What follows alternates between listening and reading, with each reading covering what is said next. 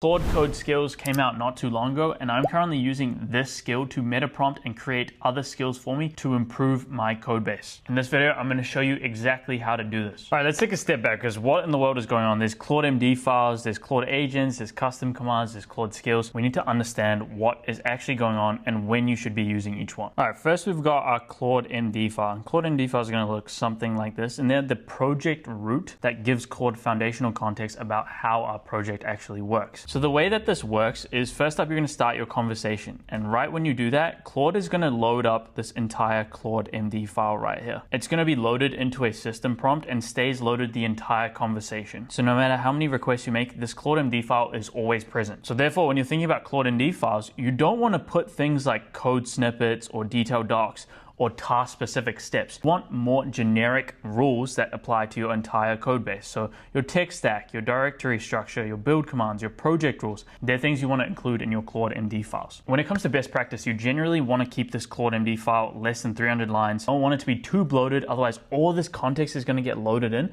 and you're going to waste your context window. Instead, something more useful might be linking to other Claude.md files that live in different parts of your code directory, and you progressively disclose these. So now you can link other documents in this Claude.md file, so only when Claude realizes that it needs something like the design tokens or security best practices or maybe your system architecture, will it actually go and reference those files. So what you're trying to do here is give general system instructions that can lead to other places while not overwhelming your context window. Next up, we have Claude Skills. Now, Claude Skills looks something like this, and what they are is directories with instructions that Claude discovers and triggers automatically when relevant. You need to have a name, a description, and then some instructions with some examples ideally. Let's take a look at some actual skills here. Let's say you have this brand guideline skill, and then you have your description here, plus you have your instructions. This is what is going to happen. So you want your app to only have these primary colors, these secondary accents, this type of font. You want to guide your brand. You want to create this brand guideline, this guardian of your work. So this is how skills actually work. At startup, the only thing that is being read is the name and the description. The full instructions, so all of that, doesn't get read. When we request creating a blue button, Claude checks if that matches any of the skill descriptions that we have. Now, if it doesn't match, that skill stays dormant and it only consumes about 100 tokens because this is such a small amount of text. If it does match any of those name or descriptions,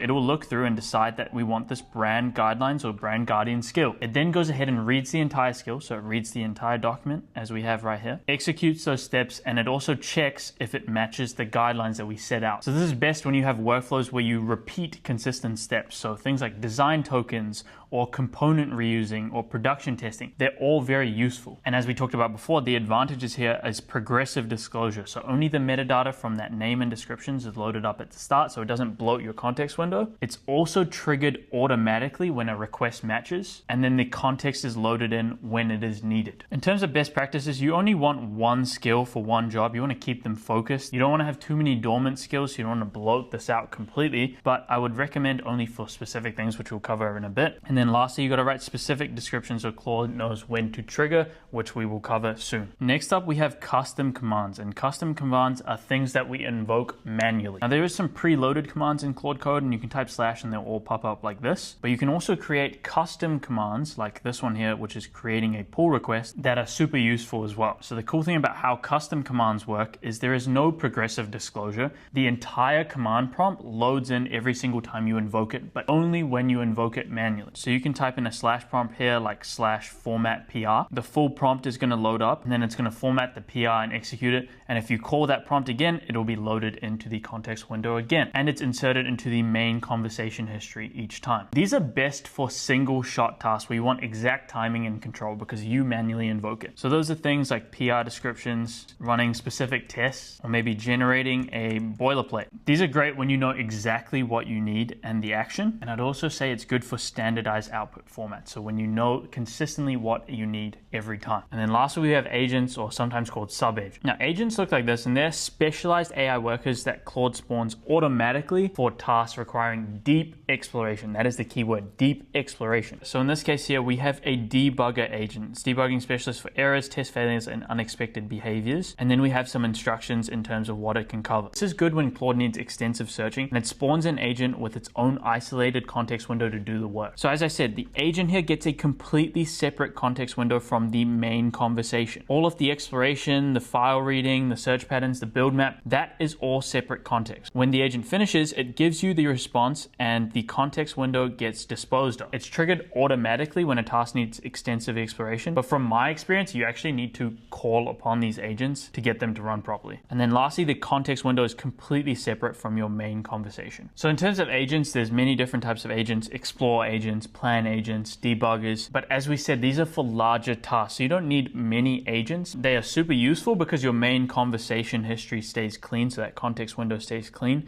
but they are temporary. They do their tasks and they disappear. And sometimes I find that they can go hallucinate or go completely off task if you don't give strict instructions as to what you are looking for. So when you look at it all together, the things you should be focusing on is the loading, the context, the triggers, and what they are best for. So for us, skills are best for repeatable workflows where we want to automatically trigger something. So the Claude.md file is something that you're going to set up initially and you're going to maybe change as something becomes more and more common in your code base. Skills is something you want to automatically trigger and has progressive disclosure, which is useful. It's great for repeatable workflows. Commands are great for single tasks, things that you want manual control over as you have to manually type in that / command. And then lastly, agents are best for deep exploration, when you are allowing the agents to go a little bit off the beaten path and try and figure out a separate solution in a different context window. So it keeps your context window clean. All right, let's go into Cursor and actually see this in action. So we want to go to .claude file here, and we're just going to create a new folder. I'm going to call it skills, and this is where our skills are going to live. Now, the first skill that I recommend everyone gets is a skill writer. So something that actually helps you write skills in the right format.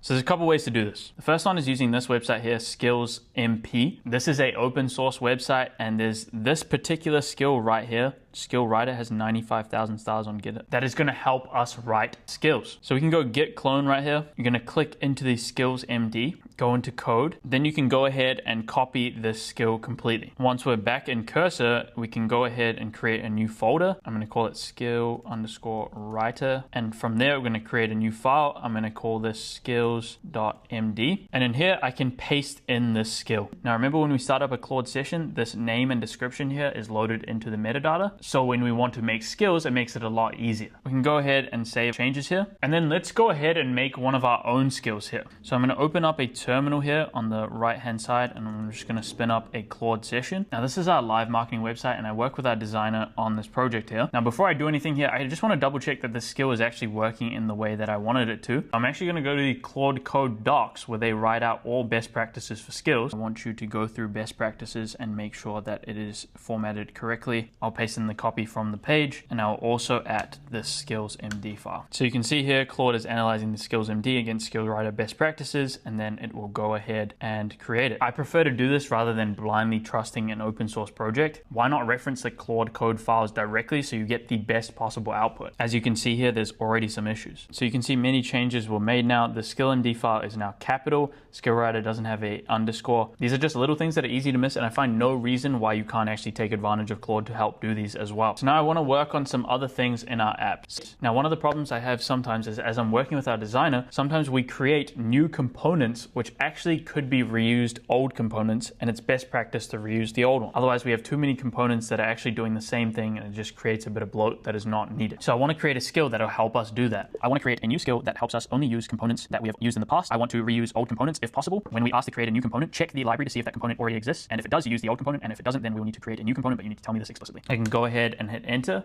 Claude should take that context. Claude is scanning this name and description here, then knows to actually go ahead and use this skill to create a new skill. So you can see that's why it's asking clarifying questions here, because the first step in our skill here is to ask clarifying questions. So I can go ahead and just answer those. Now we can see that Claude has created a new component guard here, and soon we'll create the skills.md file with the instructions. It's probably doing that right now. And lastly, it's going to validate against the skill writer checklist, because that is exactly what we have in here. So I can spin up a new terminal here, and I'm going to say, I want you to create a new component on the home page that tracks project completions. Now, hopefully what should happen here, fingers crossed, is Claude should actually go ahead and call this skill, decide if it should create a new component or reuse an existing one.